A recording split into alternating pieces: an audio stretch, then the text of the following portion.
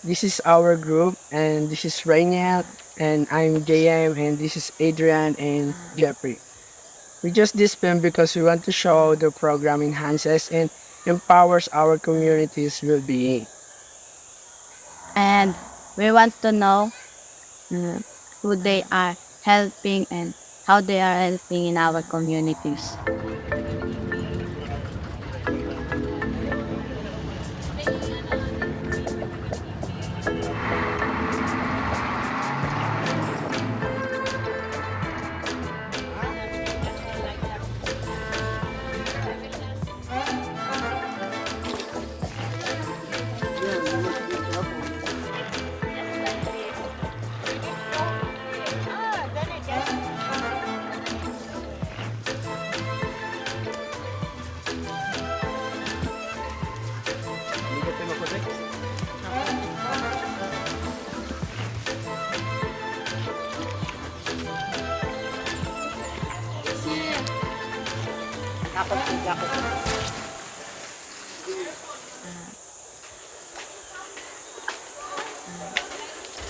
Ako po si Ate Gracia. Ang tunay kong pangalan ay Gracita Pilillo. So ako ay nagtatrabaho sa Stairway Foundation Incorporated bilang isang Project Development Officer. So dito sa Ambang, ang project namin dito ay food security with and health development. Isa sa layunin natin ay mabawasan ang kamutuman at ang kahirapan at magkaroon ng sustainable at saka yung ligtas na pagkain para sa lahat.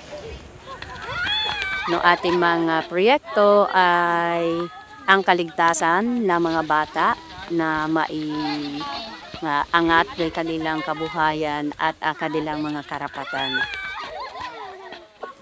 Sa Ambang, alam naman natin na sila ay malayo sa kabihasnan, mas pokonti yung oportunidad nila para sa mga kabuhayan.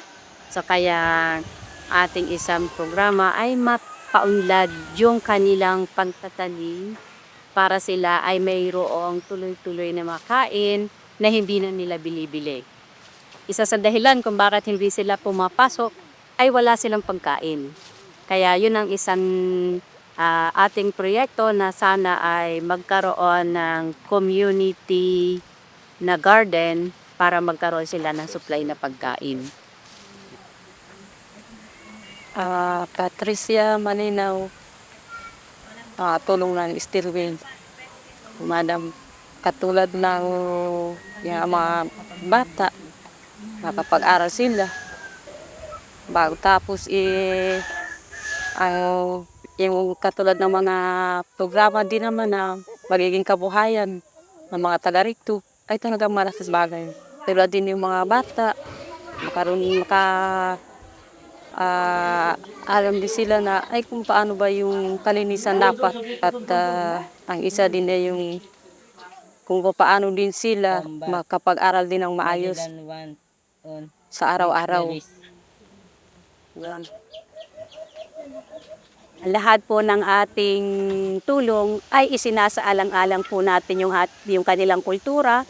Hindi po ito para baguhin, kundi po ito ay mas mapaunlad nila at para hindi po mawala yung pagkakakilanlan bilang sila ay mga tiraya.